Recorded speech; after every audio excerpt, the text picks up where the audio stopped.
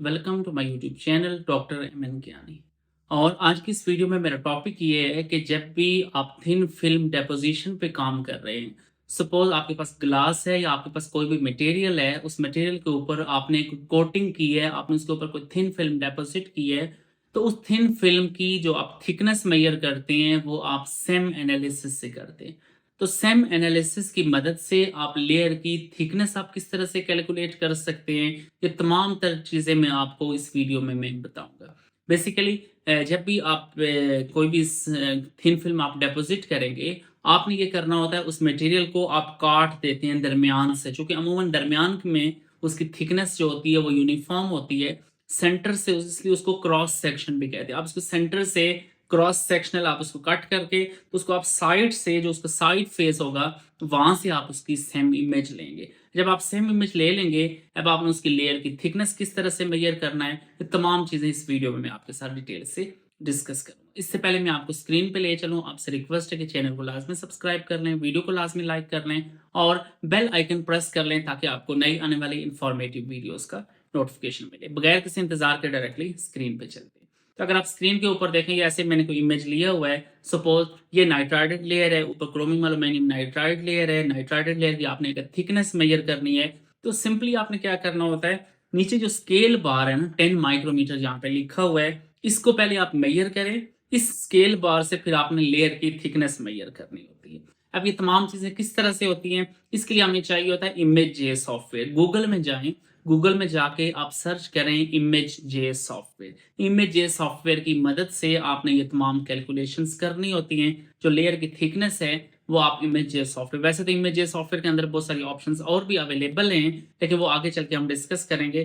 तो इमेज जे सॉफ्टवेयर में यहाँ से अगर आप देखें, तो मैक के लिए भी operating system, Mac operating system के लिए भी अवेलेबल है, लिनक्स के लिए भी अवेलेबल है, विंडोज के लिए भी अवेलेबल है। तो सपोज मैं आपको विंडोज के लिए सिखा देता हूँ।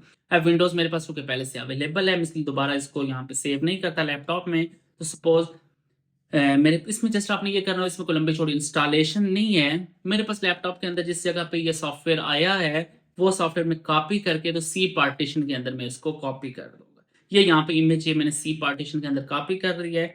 इस पार्टीशन को के अंदर जब मैं इमेज ए को ओपन करूंगा, ये यहाँ पे एक आइकन है इमेज ए, इसको यहाँ से मैं जस्ट डायरेक्टली रन कर सकता हूँ। हाँ, इसको मैं डेस्कटॉप पे शॉर्टकट बना लेता हूँ ताकि आसानी रहे, बार बार इधर सी में कौन आएगा, तो यहाँ से मैं डेस्कटॉप के ऊपर इसका मैंने शॉर्टकट बना लिया। अब सिंपली आपने क्या करना है, जो मेरे पास क्रॉस सेक्शनल सेम इमेज है, वो इमेज में इसके अंदर ओपन कर ले। तो सिंपली आप ये करेंगे, वो जो इमेज है वो इस इमेज के ऊपर जाके आप ड्रॉप करें, या दूसरा तरीका आप ये कर सकते हैं, फाइल, यहाँ पे फाइल के ऊपर ये इस तरह से आप इसके ऊपर ड्रॉप कर सकते हैं, या फाइल और ओपन में जाएं तो वहां से आप इसको इमेज के अंदर खोल सकते हैं।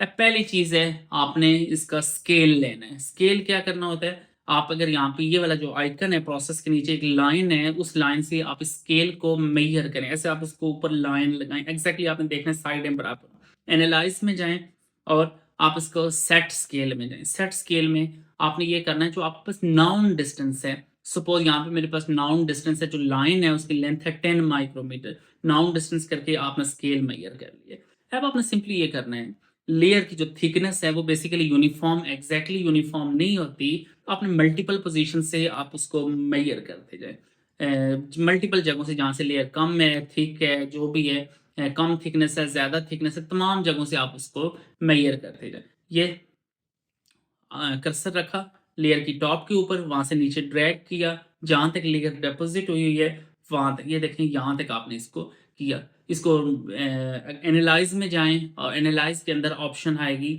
मेयर की ऑप्शन आएगी, एनालाइज, और एनालाइज के अंदर मेयर, दोबारा मैंने मेयर कर लिया, मतलब मल्टीपल जगहों से। इसमें ये होता है, आपने एवरेज लेयर थिकनेस लेनी होती है मेयर। यहाँ से लेयर मेयर की बेसिकली ये होता है कि आप बिल्कुल एग्जैक्टली सेम लेयर नहीं डिपॉजिट होती।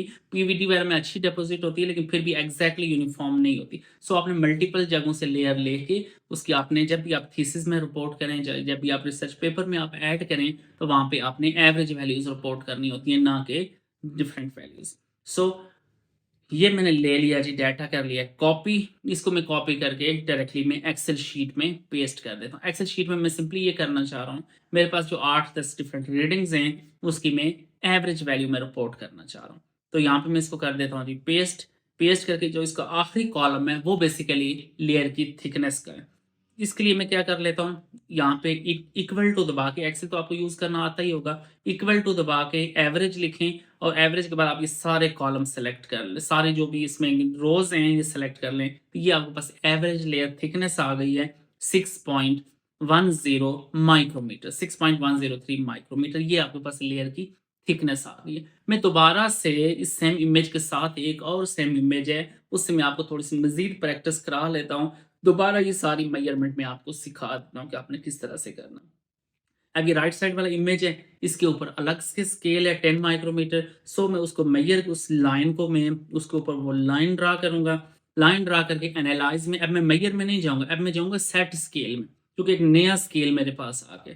इसका जो नाउन डिस्टेंस है उसकी लेंथ रखें आप 10 माइक्रोन, ओके कर दें। अब दोबारा से वही प्रोसेस रिपीट होगा, लेयर जहाँ से शुरू हो रही है और जहाँ तक एंड हो रही है उसको आप कर्सर को, लेयर जहाँ से स्टार्ट हो रही है वहाँ से लेके जहाँ तक एंड हो रही है वहाँ तक आप उसको ड्रैग करें ये, और उसको आप एनालाइज और मेजर।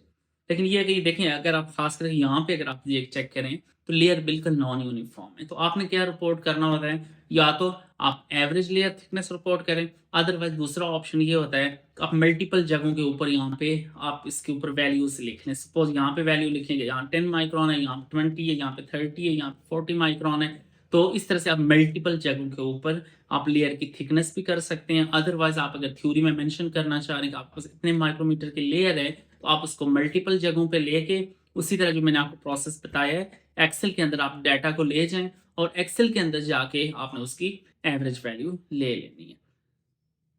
यहाँ आप एनालाइज मेजर में जाएं या डायरेक्ट कंट्रोल एम दबा दें, उससे भी ये मेजर कर लेता है, कंट्रोल एम। यहाँ पे ये देखिए, ये मेरे पास वैल्यूज आ गई हैं, ये सारी वैल्यूज मैं कर लेता हूँ कॉपी। इसका जो आखिरी कॉलम है that is the layer thickness, इसको सपोज मैं यहाँ पे एक नई शीट खोल लेता हूँ और इस शीट के अंदर जाके मैं पेस्ट कर देता हूँ। अब ये वाला जो कॉलम है 43, 43, 45, 45, 45, 40, 40, 34 और 36 माइक्रोमीटर, ये लेयर की थिकनेस है। इक्वल टू दबाया,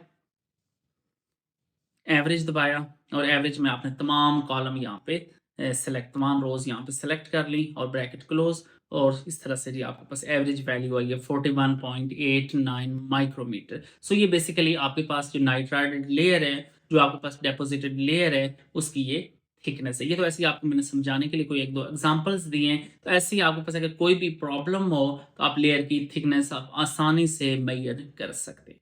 तो मैंने कोशिश की है एक एक स्टेप आपके सामने स्क्रीन पे करने की, लेकिन स्टिल अगर आपको किसी किस्म की कोई कन्फ्यूजन हो, कोई आपको इशू हो, आप कमेंट सेक्शन में आके आप पूछ सकते हैं, मैं आपको प्रॉपरली गाइड करूँगा। चैनल लाजमी सब्सक्राइब कर लें और वीडियो लाइक कर लें। Thank you so much. अल्लाह हाफिज़।